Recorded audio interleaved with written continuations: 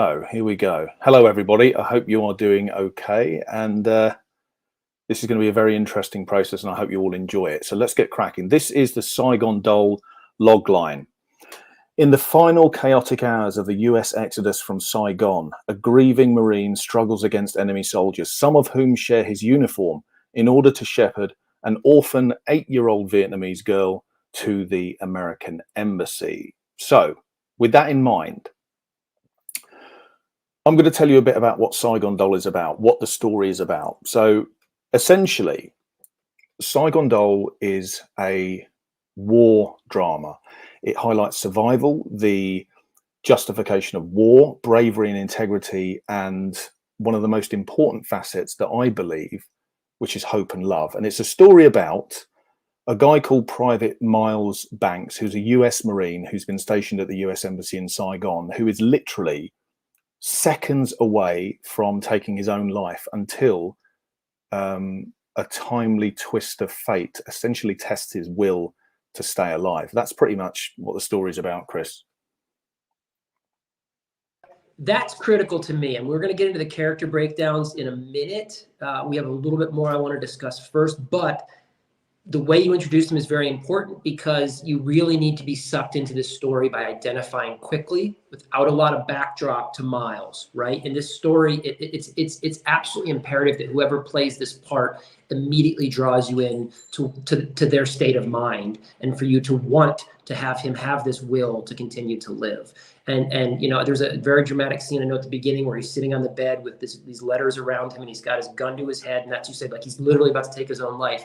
And you don't hear much or see much more than that. But I was immediately drawn in the way Tony wrote it. I was immediately drawn into that. So in casting this character of Miles, I think it's really important that you immediately connect with his struggle and that you want him to want to live. Am I right in saying that? Is that you are absolutely spot on. That's pretty much aligned with what we've been talking about anyway. For me, Miles, you know, for a viewer to get a grip of the story, they need to understand that very critical time period of Miles in his bunk going through that seriously traumatic time and literally being on that knife edge of life or death. And we need to have a very strong lead that has a very solid emotional range to be able to capture that effectively.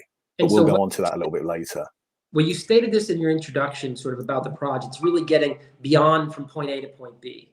But really, that's not what drives, I think, an audience's engagement in the film. It's not necessarily as much, although some will resonate with Beyond herself. It's really about how she awakens in him that will to live as we go forward with the story. And so that's really what drives the action. Even though there is a time crunch to get her to, you know, from point A to point B, it's really about his awakening still that drives the, you know, the audience's, you know, love and connection and, you know, the drama within the story. So yeah, he's very critical to get right. But I'm hoping that you can now just sort of, one of the other missions, I guess, for this is to keep the idea of the Vietnam War, you know, in the consciousness of people, you know, who may not have much familiarity with it or who have lost their understanding of it. I'm in the second group of people.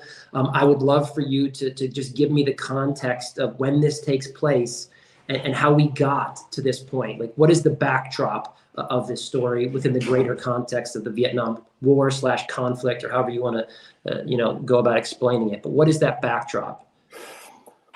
I think, in a nutshell, if I was to describe that, you know, what it was about, in a nutshell, it would probably be Saigon Doll is set in Saigon in Vietnam on the 30th of April 1975, when the Vietnam War officially ended after a 20-year conflict that was fought in Vietnam, in Laos, and in Cambodia between the communist North, which was supported by China and the Soviet Union, and also the democratic South, which was supported by the US and other anti-communist allies. That's pretty much the story background. And obviously we have other questions that would come off that. I was wondering, you know, if you could just explain sort of, you know, why did the US become involved in this conflict? Like, what was the reason for getting involved to begin with? Why did the US become involved? I think the question, the question before that, just to get a better understanding, would be, what was the conflict to begin with? Yeah, what that's was the it. conflict to begin with, right? Yeah. Like, before we understand why they got involved, we've got to kind of lay out sort of a little like what the hell was going on, right? So, okay, what is going on? What is the conflict? And just for people who don't know, I mean, I know to say it's a conflict, not a war. I know it never became actually known as a war, right? It was just, there was no official declaration of war, right? But what was the circumstances that led to, you know, to the U.S. even considering being involved? So what is it about in terms of this conflict? It's basically about the North and the South both had ideological differences and concerns about the spread of communism throughout Southeast Asia. Sorry, the South did. And the North were basically fighting to reunify Vietnam under the communist rule, which obviously they were all about, with the support of the Viet Cong in the South. But let's make no bones about it, you know, both of these sides and everyone else involved committed some horrendous atrocities, you know, that pretty much started the, you know, it was the start of the US anti-war movement, right? And then we can start talking about, you know, why did the US become involved? And that's really quite simple, because them and their allies, and I'm talking, you've got South Vietnam, you've got South Korea, we've got Thailand, we've got Australia, we've got New Zealand. They all viewed the North as a threat to regional stability and democracy, because their way of looking at it was that if the South fell, other Southeast Asian countries would become vulnerable. So as a result, the US got involved in the early 60s to provide aid and kind of advisory support to the South, which was relatively stable until the US ended up deciding, you know what, let's just send 500,000 troops over there. And when they did that, the conflict just got well out of control. And that's when we started seeing, you know, those horrific guerrilla warfare tactics on both sides. And even worse, the chemical weapons that were being used by the US in particular, like the Agent Orange and the napalm, which essentially cause serious human environmental damage. But from a big picture perspective, just so we're clear, and every time you refer to the North and the South, you're talking about North Vietnam and South Vietnam, right? That's absolutely correct. Yeah. And I think as a side note on there, I've got a little statistic with that as well. Let's just see it here. Before you quote the statistic, real quick, I just wanted to basically say that for people who, I mean, I feel like it's a complex issue and there's a lot of complexity to it and a lot to talk about, but really it's about the threat of the spread of communism. And so US gets involved to stop the spread of communism around the world and to stamp democracy onto this country and the world. That's the beginning of our, right? So just, that's what's at stake, I guess, globally. And then we can get into all the minutiae of the rest of it. But what was it? Did you have a specific statistic that you wanted to highlight? Yeah, it was over 58,000 US soldiers were killed during Vietnam, with many more wounded.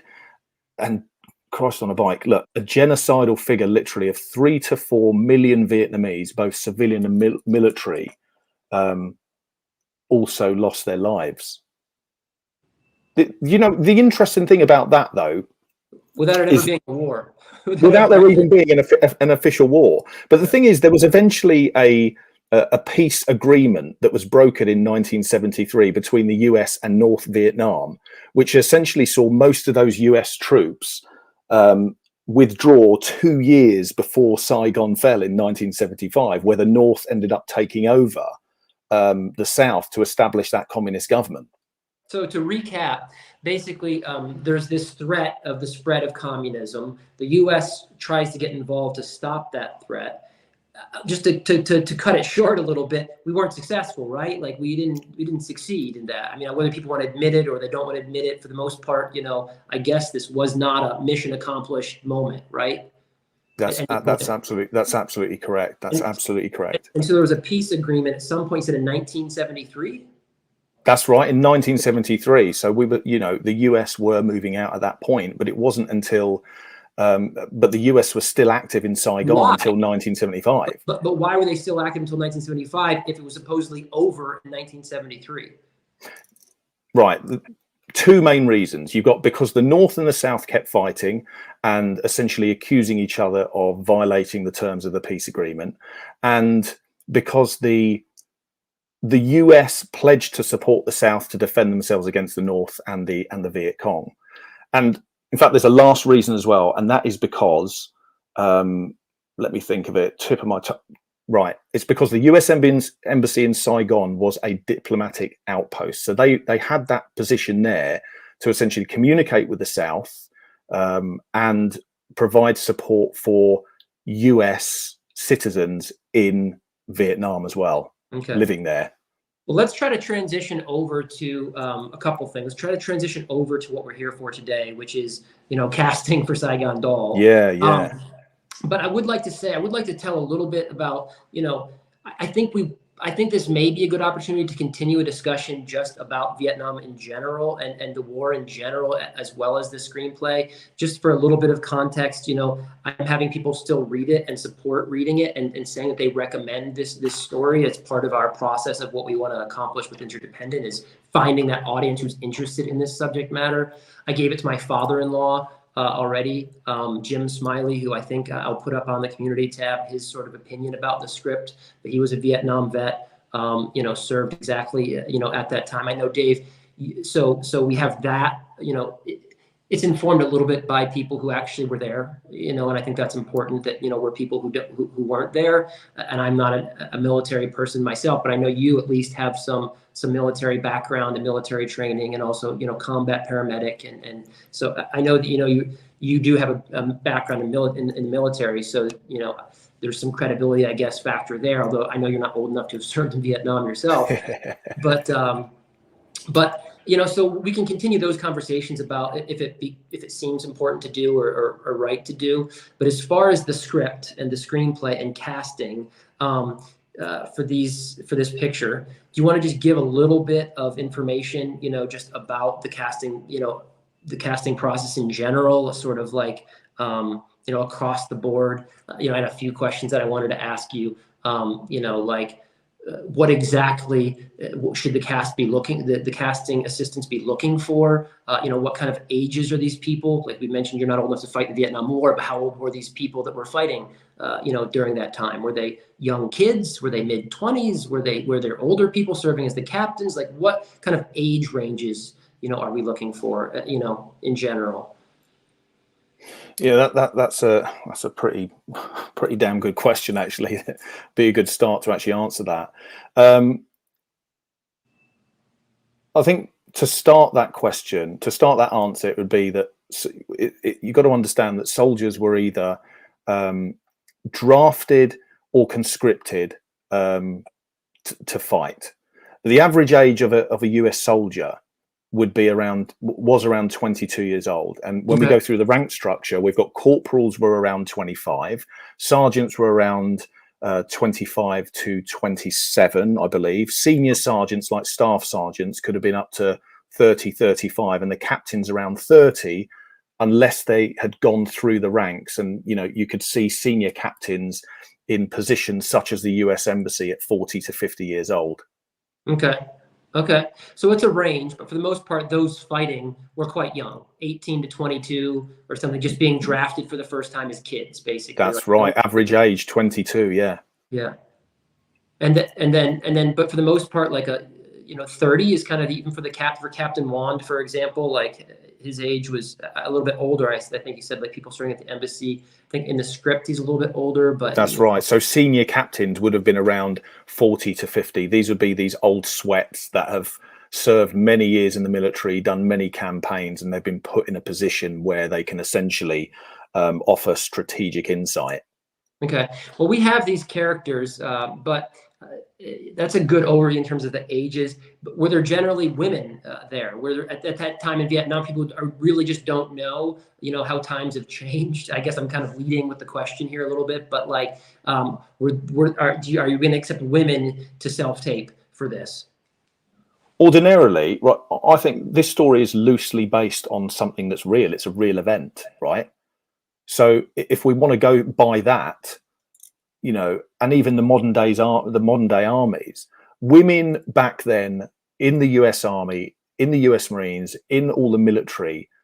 They served in various roles, yes, but they weren't allowed to serve in direct combat roles. So the roles that were reserved for them were the medical roles, the clerks, the intelligence analysts, the communication specialists, and all of those played a vital part in that war. But it wasn't until many years later that you know, the opportunity for expansion into combat roles in the military actually came to fruition. So with regards to the film, I suppose the only two female cast I'm looking for that main cast is Bian, the young Vietnamese girl, and Sister Anne. Obviously, there's going to be supporting artists who are female in the shoot as well, making up the support element of the military, and American civilians are just alluded to, you know, going round and milling around the embassy as well. Okay, but for the most part, the main characters we're going to put out a breakdown, you know, the breakdown for are going to be men of about 20 to, you know, in some cases up to 40 or 50 age range, apart from Beyond, who's 8. Is that what? That's correct. She is 8. Yes. Okay. So, okay. Before we get into the specifics, though, and then what about? Okay. So the other question is diversity or ethnicity or whatever you want to call it. Like, are these basically, you know, all white men, or what? Like within the category of men, what types of men made up the military at that time on the U.S. side? I guess, since that's mainly who we're casting. So it was pretty much an 80-20 split. We had 80% Caucasians, and 20% of those were African Americans, Hispanics, and Latinos. We had Native Americans in there, and there was another. I think it was. Did I say Native Americans? Did I? My mind's all over the place at the moment. Asian Americans, and it was usually the North Koreans that played a part in that as well. But let's put this into perspective. So if it's 80-20, an army unit out there was between, I think it was 800 to 1,000 soldiers. That equates to 100 to 200 Black, Asian, minority ethnic people. And in a Marine unit, we usually get something like 900 to 1,200 people. Putting into a numerical perspective, that would be 180 to 240 Black, Asian, minority ethnics in there as well. That represented at some point in the cast, I guess, those numbers. But like, I think now we can probably okay. So yeah, we want to talk about like just some specifics about what you expect from the submissions of people who are submitting. Then, like, what are the standards for submission? You know, it's basically this process is going to be similar to what we've done before in terms of somebody submits, they're actually going to go through a service called Plots to RSVP for a session. They're going to put in their link. That link will go to become a YouTube playlist, and we'll have that YouTube playlist. But what certain things that end up in that playlist, if they don't meet a certain standard, we're not going to be able to do it. And number one, make sure your YouTube link is not made for kids. Make sure it's set to public or unlisted so that we can add it to that playlist. Understand also that, you know, anybody who submits for this time around, anybody who submits is absolutely going to be, you know, reviewed live on the channel. So you're going to submit that. Dave or another casting assistant will go through that video with you, and they will tell you whether you receive a call back or you do not, and when to come back for that call back. So you have that information. We'll also have a run of show showing you, you know, who's going on when and in what order. So when you don't have to wait for 2 hours to be seen. If you're at the end, you can just pop in at the end if you want. But certain amount of submissions will end up in this playlist. We're going to skip over some if they don't meet that standard. Now you've got to define for me sort of what is that standard in your mind, so that we will actually, anybody who meets this standard, we will review. What is that standard, Dave? Like, what are your specifics for self-tape submissions? Do you know what? First and foremost, it's professionalism. But before I get into that, I would like the actors to be able to navigate through a scene using their own instincts rather than me giving them a load of direction. And I think that is crucial, because I do not want to stifle, and me being an actor as well, I don't want to stifle creativity and an actor's intuition, because those are the things that are essentially crucial to bringing characters to life. So I want to see the actors explore the freedoms and the choices that being autonomous brings, so that they can tap into their own unique perspectives of those characters and essentially give us performances that are pretty much authentic and compelling. I believe that if I was to give too much direction, it's going to impinge on them, and I want them to fully embody the character that they're going for. So for all the actors listening to this who would like to audition for a part in Saigon Doll, bloody go for it. Keep it organic.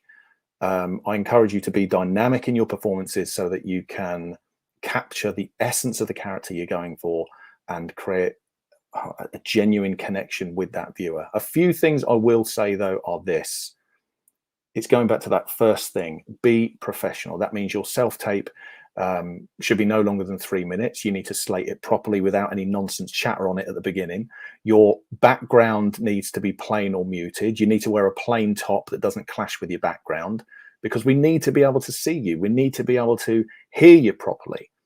Also think about your edits as well. Make it, it doesn't have to be a completely professional outfit, right? Just transition it properly so that if you're doing a few scenes, you're moving seamlessly from one scene to the next, and there's no dead tape in it as well. You've got to understand that myself and the casting team will have a hell of a lot of tapes to view. So please, please, please make it easier for us. Now, if I don't see that, and as harsh as it sounds, I'm not going to give it the time of day, because if my team and I are putting in the effort to make a beautiful film that we can all be proud of, we want to see that you're taking it seriously and a part of our vision as well. Okay.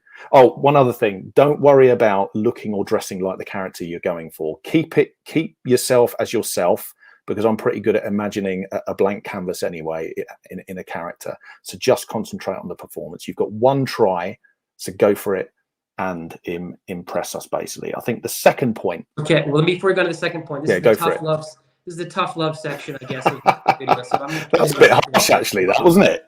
You know, I just want to make clear that, and again, this time going around, is that we are going to require that everybody who submit a self-tape pushes the button to subscribe on the channel, and that they make those subscriptions public. We're going to keep a list of those people, and we're going to support you to the end of time, as long as we're around to bring you back and put in the time to work with you, as long as you meet this standard, of submission. We're going to support you again and again and again. So if you're on that list, if you're willing to push a button and subscribe and support us, then we will support you in return for as many times as you want to come back to give your shot to be in a picture with us.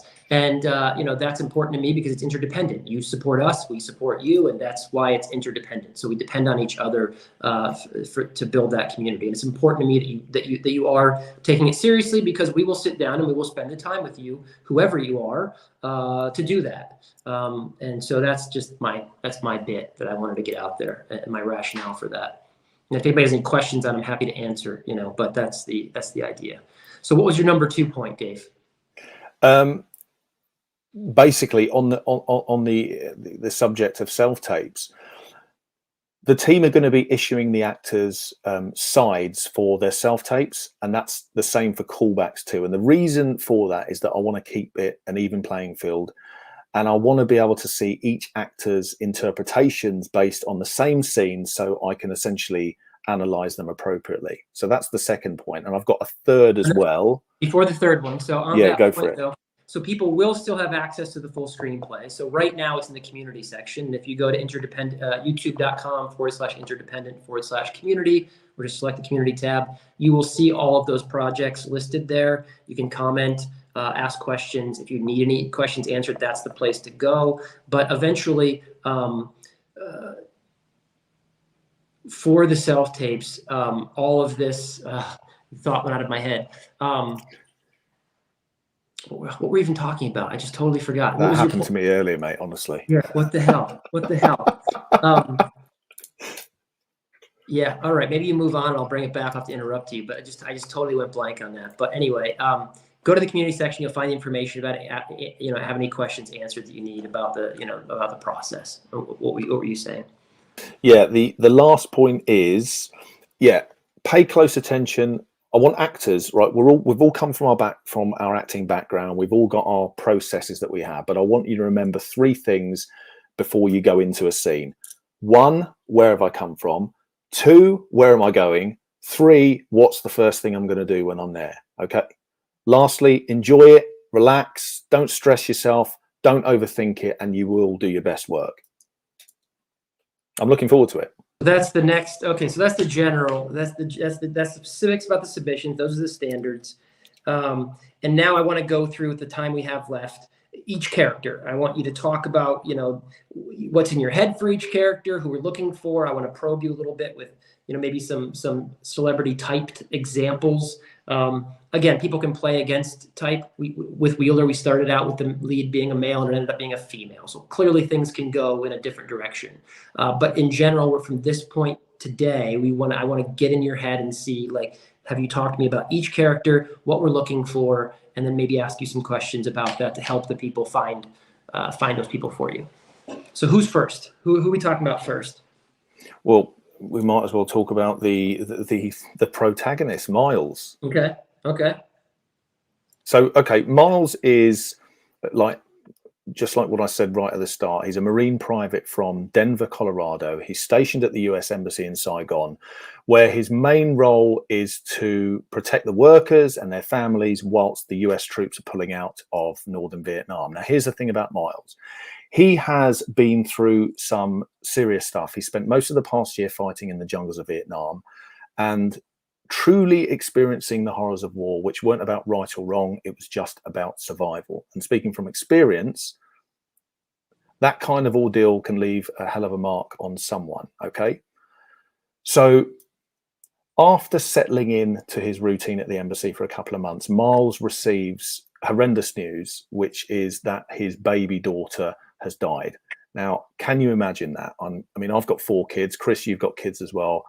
Absolutely horrendous. This guy just mentally shuts down and distances himself from his wife. So instead of heading home to be with her and grieve, he chooses to stay in Saigon, kind of like he's avoiding dealing with this massive loss. But this is where things get interesting. He is not in a good place. He is literally on the brink of suicide until Captain Wand, his boss, ends up telling him he's going on a mission. And it's supposed to be a simple task, and that is to find and retrieve a box. So Miles, being the simple, mission-oriented type of guy he is, takes that job without thinking about it too much until he stumbles across this young Vietnamese girl called Bian, whose parents were killed in front of her, and where we see his focus essentially change. Now, as we go on, we establish that Bian actually becomes his reason to live again. He fights to keep her alive. He fights for his own life, to fight for his marriage and the possibility of healing, having a family again, to start afresh again and create a new chapter filled with all the pink and fluffy good stuff of humanity, right? So we very quickly see that this story moves away from just being something quite arbitrary, and it's not just about the box anymore. He takes it upon himself to keep Bian safe. Now, he tries to get her into the US Embassy. They turn her away. So he hustles. He tries to find a place for her to stay at a Catholic shelter. When that doesn't work out, he musters up the courage to give the embassy another shot. And, you know, that's when he ends up facing his biggest enemy, if you like. Let's not spoil that. Tell me more about Miles, and tell me, I like asking this question, even if you don't fit that person, but who would you have in mind if you were to cast Miles as a celebrity, just so people know who would that celebrity be? Can you give a celebrity casting in your mind? I know we're looking at everybody, but just to give a type or a kind of performance or an act. Not that I want anybody to also mimic somebody else's performance or to cast that person necessarily, but who do we got? Who comes to mind immediately for Dave, if you could cast anybody that you know? Do you know what? I hadn't even thought about that, because I kept it quite generic, because I'm very open to seeing people, because something might surprise me. But there was one person, and I can't remember his name. He was in Train Spotting, and he was in Black Hawk Down as well. Oh shit! I think I know what you're talking about. You know who I mean? Yeah, he's actually Scottish. We're gonna look at the Train Spotting and Black Hawk Down. Yeah, it's kind of like him, but a more refined version of him. More refined. Okay. Yeah. Orlando Bloom? No, that's Or too polished. Ewan McGregor? No, too polished again. I mean, that's actually a really good question. So I'm going to go and see if I can find some parallels, because generally when I'm looking at casting, I keep it as a blank slate. So I don't want any real input going in there until There's one particular, you'll get into this. There's one particular character, like I think one of the soldiers is specifically listed by Tony in the script as being black. Is Miles non-white, or is he a white guy? Like, can we start there? Can we? Yeah. Yeah, Miles is a white guy. Jonesy, his best mate, is a black guy who's a proper strong dude. So we only want to see Caucasians for Miles. I mean, are we trying to be convinced that maybe it could be something other than Caucasian, or we just want to be like, we're not going to look at your self-tape if you're not Caucasian, if you're not white? No, mate. As I said, I'm pretty blank slate. You know, I'm open to the concept of an actor from the Black, Asian, minority ethnic community. It's just that I want to be true to the script, and as it stands, you know, Miles, yes, he's a strong character, but there is a stronger character who is in his corner very deeply, and that is Lance Jones, his best mate. Okay. So I guess then we can see self-tapes from anybody that fits the characteristics that you've set out for Miles, and you know, it is a male. I hope this isn't gonna be a situation. This is not gonna be a situation where the lead turns into a female. So we're not definitely not. Yeah. So it is a male. Not. It is a male. It's not necessarily a white guy. It could be something else, but we want to try to keep it true at the same time, like you said, to make sure that person would have been represented in Vietnam in active combat at that time in 1975. So do your research to be sure that you can make the case that that's true. If you're not a Caucasian or a white guy, you know, like, make sure you can make the case to say, hey, no, I could have seen myself fighting in 1975 and being conscripted or being, you know, part of the, drafted into the military in Vietnam at that time. If you're going to audition. Yeah. Chris, if you'd like, could I interject quickly on that? That's a good point. I mean, yeah, it's open, blank slate, but I don't want a hard ass going for this role. They need to have, when you look at them, they need to have that air of vulnerability. That's one of the factors that helps you warm to Miles. So they've got to have that vulnerability on instant look. Yeah. When I'm imagining that scene where he's sitting around with the letters around him. Yeah. In my mind, I don't know who I imagined or what I imagined, but I actually, you know, you have to be drawn to them. So yeah, so some kind of vulnerability to empathize with the state that he's in. Okay. So is that good? You feel good about Miles to move on from him? Definitely. I think I spoke a bit too much about him, to be honest. So I'm going to keep it brief on the rest of them. Okay. So the next up is who? It's I'm going to talk about Jonesy, his best mate. Let's go to Jonesy. So the best mate, Corporal Lance Jonesy Jones. Okay. Who is that? They're basically best friends. They became best friends in Vietnam, even though they hadn't known each other for long. Jonesy is an African American. He's essentially taken on a father figure role for Miles, and he has become someone that Miles can confide in whenever. He is tough. Hold on a second. I want to just stop you at some of these different points that I think make sense rather than recapping. Yeah, go for it. So he became a father figure. So does that mean, doesn't necessarily mean there's a difference in age, but in your mind, is there a difference in age in terms of Lance being the father figure? Is he older than Miles, or just is fatherly in his nature? Or does that matter? Is there an age gap there, I guess is what I'm trying to nail down. Yeah, the age gap between a young private and a corporal could be as much as 7 years. So Lance is kind of, yes, he's got a father figure type role, but he's more of an older brother, if you get what I mean, and someone he immensely respects. So whoever we cast for Miles, we're going to be looking for someone older than that for Lance.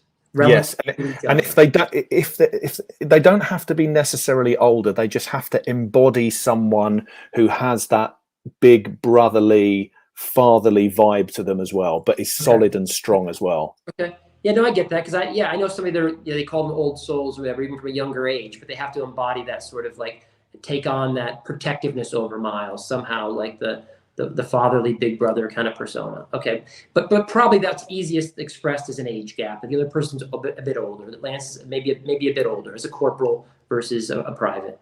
Yes, at that time. Okay, correct. Okay, sorry. So continue. Yeah. Where was I at? Yeah, right. So this is one thing that we have to know about him as well.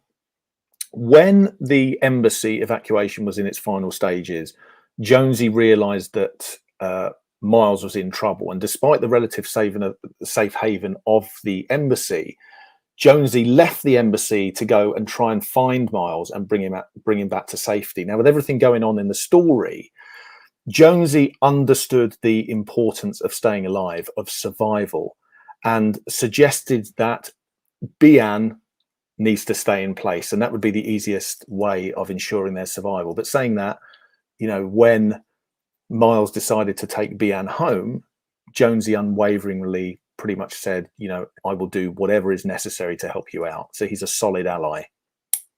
Despite his own reservations to support Miles, he was willing to take the risk to do it, whether Absolutely. it's his own life or whatever, that they're that close. Okay. Yeah.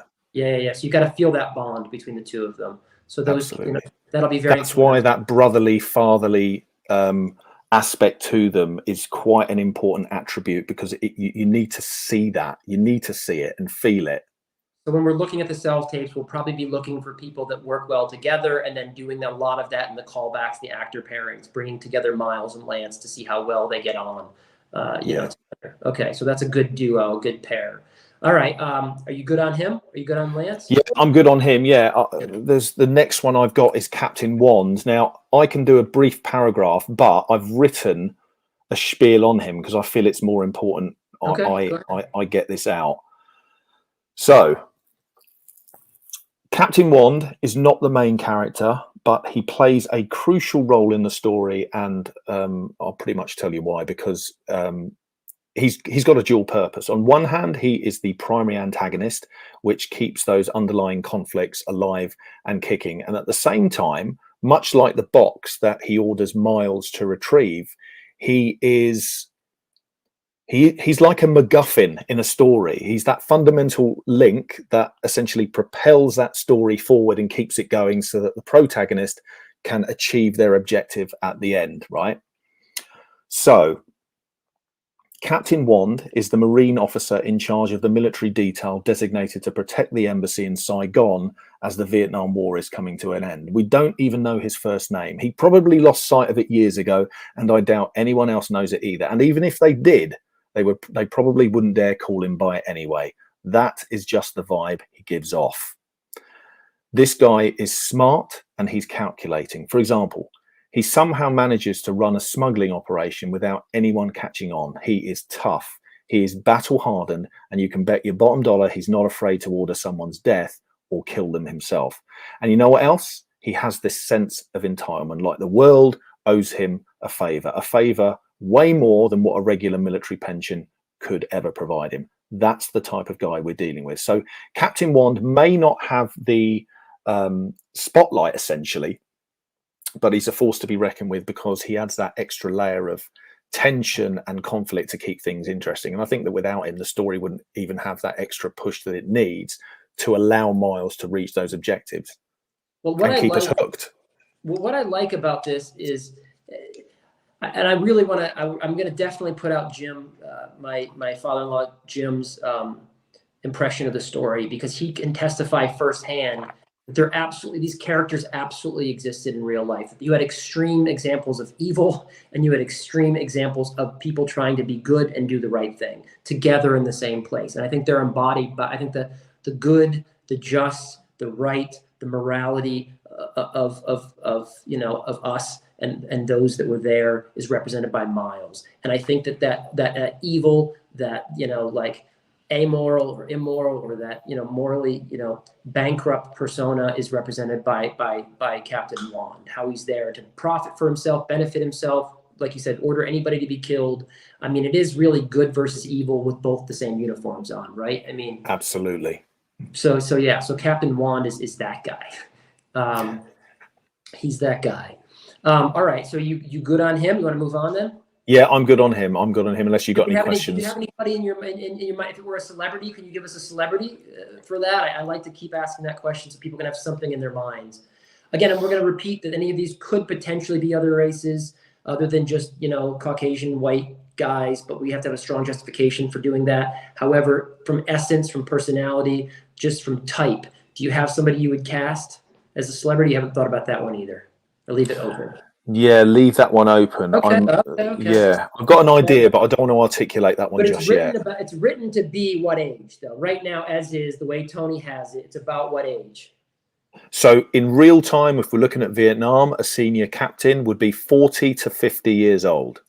40 to 50. Okay, Yeah. 40 to 50.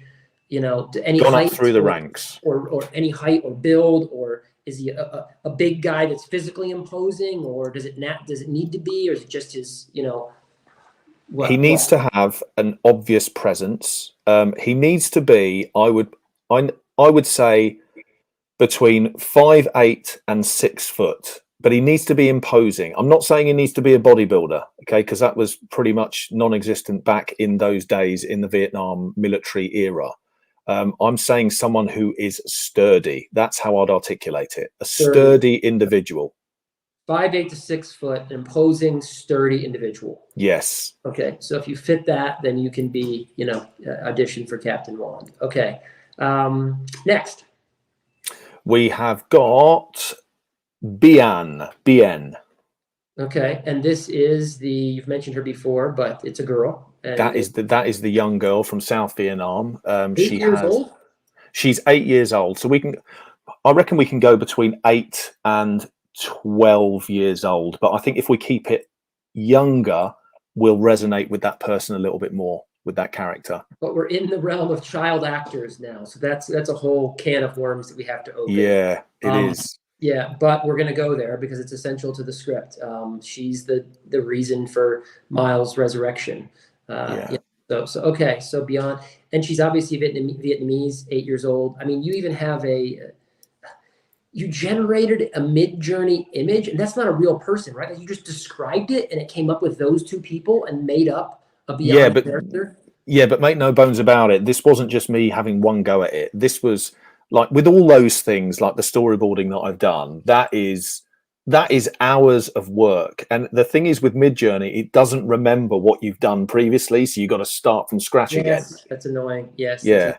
But that image, and we'll have to show that image. I wish I had an image now, but maybe we'll show that image. Is that what you imagine? Obviously it is, because you picked that image, right? That's exactly what I imagined. That's not a real person. It's a person AI generated, but maybe we find someone that actually looks like that. Yeah. I'm actually working on the characters at the moment, you know, as part of it. So when that comes out, when I actually think, you know what, that's my vision, okay, along with Tony's, then I'll fire it out to you, Chris, if you could show the put those the images out there. 100%. Yeah. That'd be really freaking cool. Again, it doesn't have to be that, but it's what you have in your mind, and then we'll know it when we see it if it's not that exact looking thing, but at least there's a starting point, right, at which to look at and say, hey, this is generally what I think the character looks like. Okay, so 8-year-old Vietnamese girl, Beyond, and next. Yeah, so she's got a warrior spirit. She's essentially, in fact, you know what? I'm just gonna. Her personality is very important because it comes out a lot. Okay. Let me go and read it directly off this, because I've done a full breakdown on everyone, but I'm not going to give everything away. But here we go. So grown up in the conflict, has learned to adapt, but when Miles encounters her hiding in a closet, it's clear she's trying to navigate her thoughts around an immense tragedy, her parents being brutally murdered right in front of her eyes. It's a heartbreaking start for Bian, but she is a remarkable character. Now, she might not be the smartest person in the group, but she's certainly the most observant one. Nothing gets past her, and this is the thing. Bian knows that Miles saved her when they were in the apartment, and she makes sure to let Sister Anne know, who we'll come on to a little bit later, about that. But there's more to little Bian. She has this innate sense that Miles is a genuinely good person. She trusts him with all her heart. In fact, she feels so comfortable with him that she's willing to leave the country with him, and that is so huge considering the circumstances that they're in.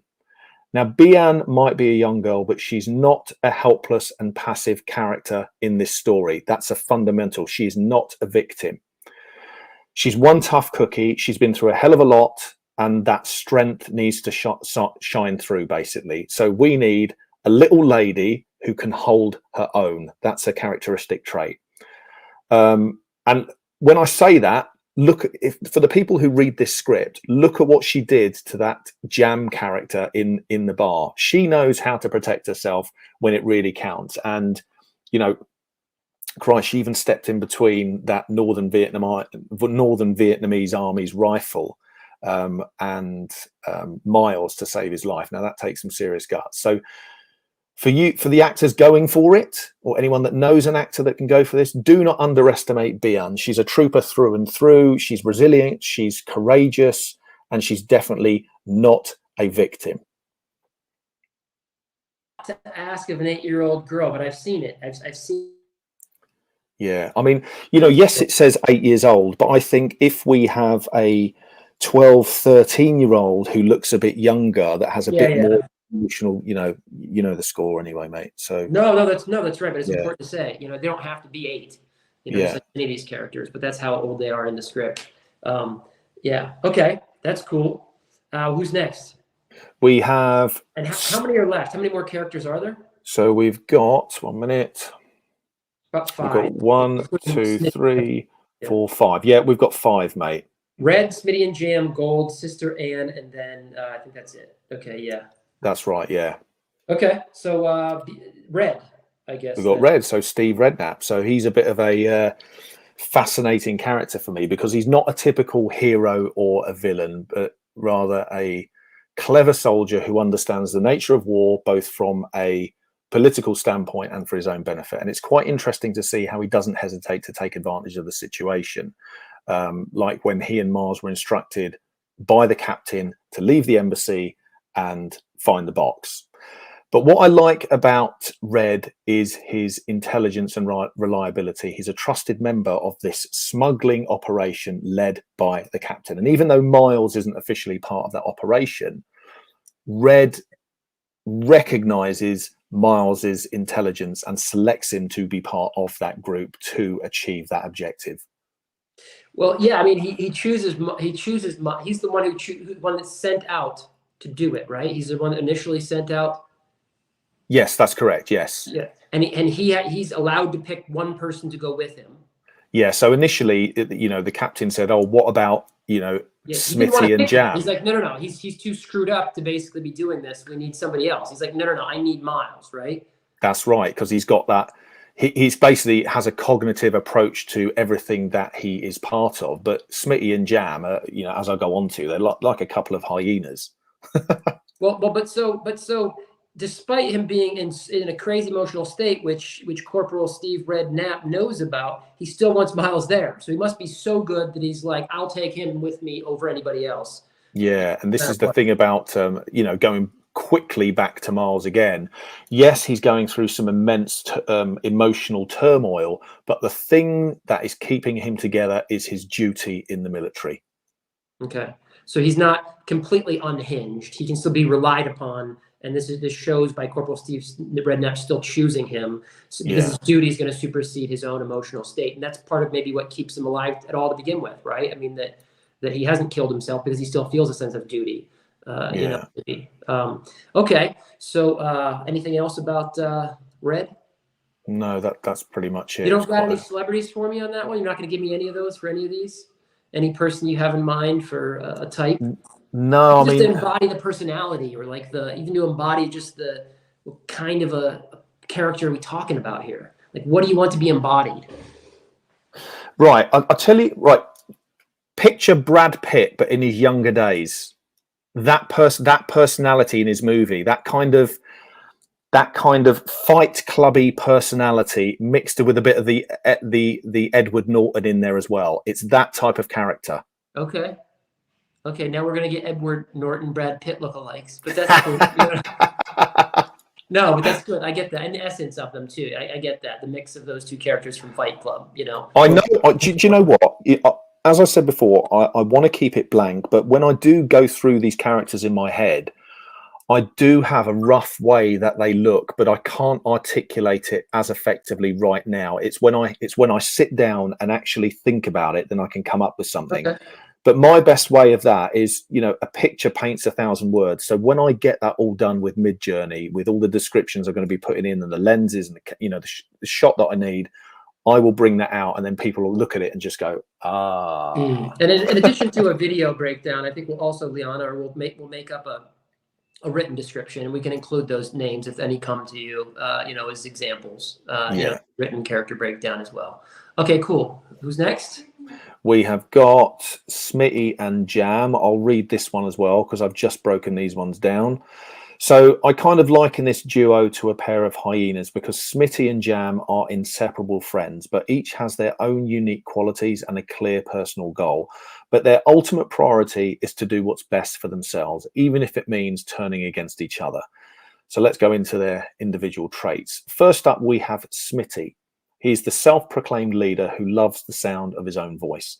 Now, while he may lack intelligence, he is a despicable character and a genuine villain. And there's only a slim chance of finding any decency within him, maybe just 1%. Because when Jam attempts to sexually assault to rape Bian, Smitty briefly experiences a fleeting moment of remorse, but refrains from intervening because it wouldn't serve his own selfish interests. So Jam, he is the quieter of the two, allowing Smitty to handle the negotiations with the captain about retrieving the box, financial negotiations. Now, Jam happens to be the smarter of the two and understands the significance and value of their mission by skillfully bargaining with the captain to increase their earnings. Now, we've already seen the dark side of Jam's character through his attempted rape of Bian, which speaks volumes about the type of character that this man actually is, this character. Question, though, would be, did he go into the military like this, or was he just so fucked up by the experience that he ends up being that? Is there any redeeming quality buried underneath this guy, or was he just to the core came in that way and was looking for an excuse to do some shit? Absolutely. You know, there's processes in the military now of weeding out these insidious little creatures from getting on the battlefield, right? And he was one of those who slipped through. Okay, so yeah, he wasn't shaped by the war that way. He was looking at this as his playground for just already being a fucking messed up guy. Yeah, absolutely. This is not made for kids, for sure. But yeah, okay. So, and how about Jam then? Is he seems like he had a bit of, like you said, he has a bit of remorse. I was just talking about Jam. That was Jam. That I've just described. Sorry. So then I think I reversed them. So who did the raping of Bian or attempted assault at Bian? That is Jam. That is Jam. Okay. And that is Jam. Is the smarter one or not quite as smarter one? No, so Jam is the smarter of the two, but he's the innately evil one. Right. Smitty is the one that, you know, if we were to look at a backstory for him, again, this is up to the actor, you know, themselves. If I was the actor looking at Smitty, I would say that he started off, you know, really bad childhood, had a fairly decent heart, but with all these negative, adverse childhood experiences, turned him into a bit of an asshole. And so going into the military and being corruptible, he's just gone down the wrong path. And so Smitty is the one, though, in that moment of the assault where he was almost going to intervene, but yet he's far enough, you know, into the darkness that he doesn't, because it doesn't serve his own interests. So that's correct. There's a bit of redemption trying to poke its way through, but never really does with him, I guess. That's so more shaped by the experiences to become that. Where, you know, with a little bit of tiny bit of light that you don't really see, and then Jam is just through and through a bastard, you know. Okay, all right, is that right? I mean, is that that's nailed. That's those two, yeah. Okay, cool. And we don't got types for them. We don't got like somebody you can say, yeah, but maybe we'll put those out there. But just evil and then slightly less evil.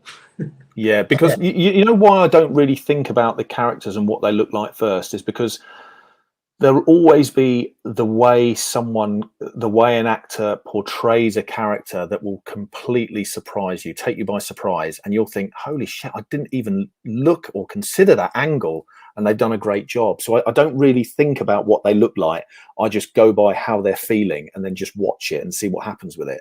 So I'm still going to try to keep asking these questions, I guess, but is stature, again, it changes the moment somebody walks in the room and you're like, wow, you're surprised. But is stature here important? Are they big guys, small guys? You want to have a mix of the two, like a big guy and a small guy? Yeah, I mean, the mix, you know, with physical characteristics, I'm open to that. I think What I will use as a kind of analogy is, imagine going into a bit of a rough bar, and at that bar, sitting in a corner with a group of their mates, are these two idiots necking down their drinks, talking shit, shouting at each other, you know, digging each other out.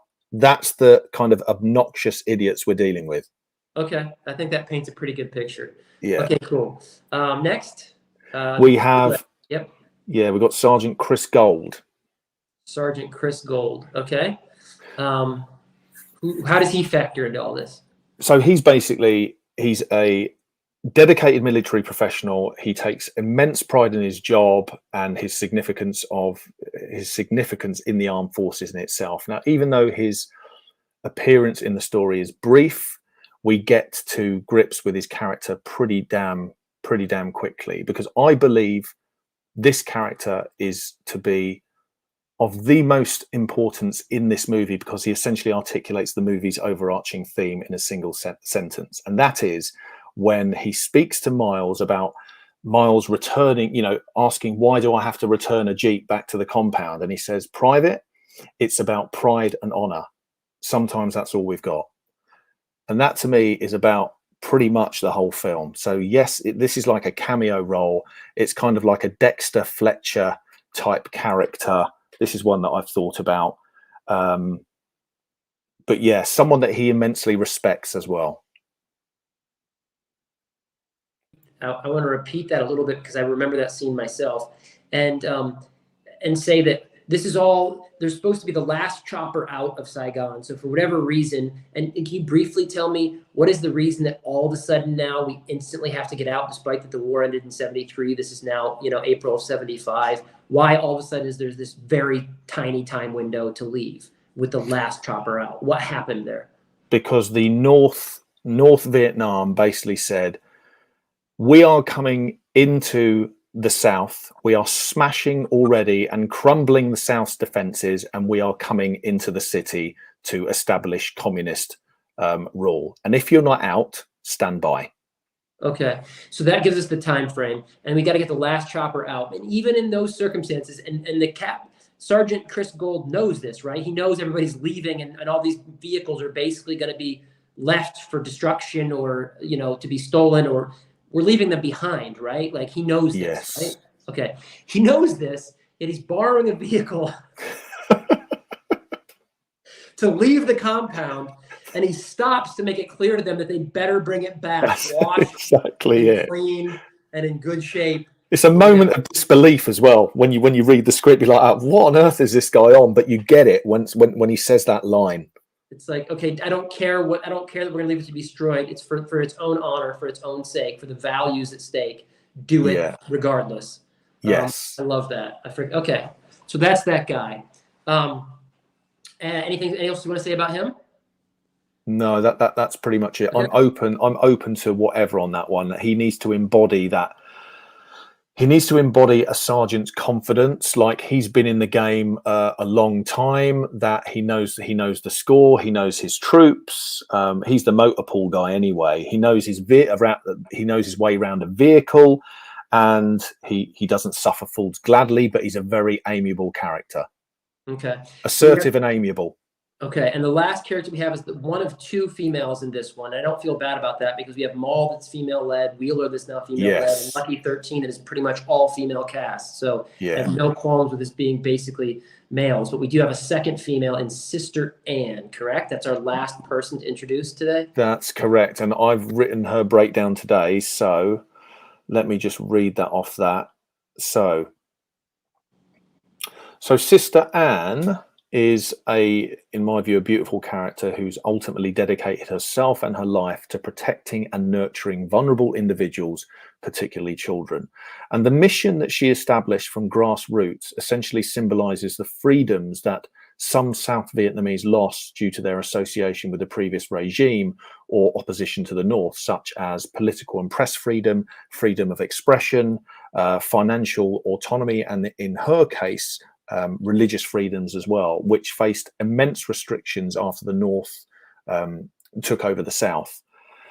Now, despite the challenges, she remains determined to continue her mission, but recognizes the importance of relocating somewhere safer. Ultimately, Sister Anne serves as a crucial connection for the viewer, highlighting Bian's understanding of how Miles saved her. But unfortunately, Sister Anne's selflessness shines, where she displays immense honor by sacrificing herself to protect Miles and Bian. She makes the ultimate sacrifice for them. Why does she sacrifice herself for Bian and Miles? I mean, they know each other. There's a big history with those two. I mean, why would she be willing to give her life for them? She's willing to give her life for them because she knows the state of the way that the South is going to go when the North takes everything over. And with Bian not essentially having parents and nowhere to go, and then the North quashing religious kind of practices, that pretty much no one's going to come out alive, and if they do, it's going to be a pretty horrendous way of living. So she knows A, that she may be killed anyway when that happens, and B, if she can do anything to save this child, it's worth it to her, I guess. Absolutely. Okay. All right. Yeah, I mean, I think that wraps up anyway the character introductions, correct? Yeah, I'd pretty much say so. I mean, we could go more in depth with them, but I don't think there's any need. I think this is what I'm saying about the actors having their own process and having a brief backstory by us, but essentially developing their own to make these characters come alive and, giving us something very immersive to watch. Okay, so yeah, I think I'll just close it out. If you want to, if you want to submit for any of these parts, we're going to put this on a casting service at some point, but we're also starting we're going to start using our Instagram page, I believe, to put these casting calls out there. For anybody who's interested in submitting, it's now in the community tab of our Interdependent channel on YouTube. And then it's going to be put on the main tab, main channel here soon. Self-tapes instructions. We'll have a specific instruction video on how exactly to submit, and you'll have access to this character breakdown video to know a little bit more, as you saw, what's inside the head of the director. Otherwise, I look forward to seeing your submissions, and hope to see you soon. Thanks a lot.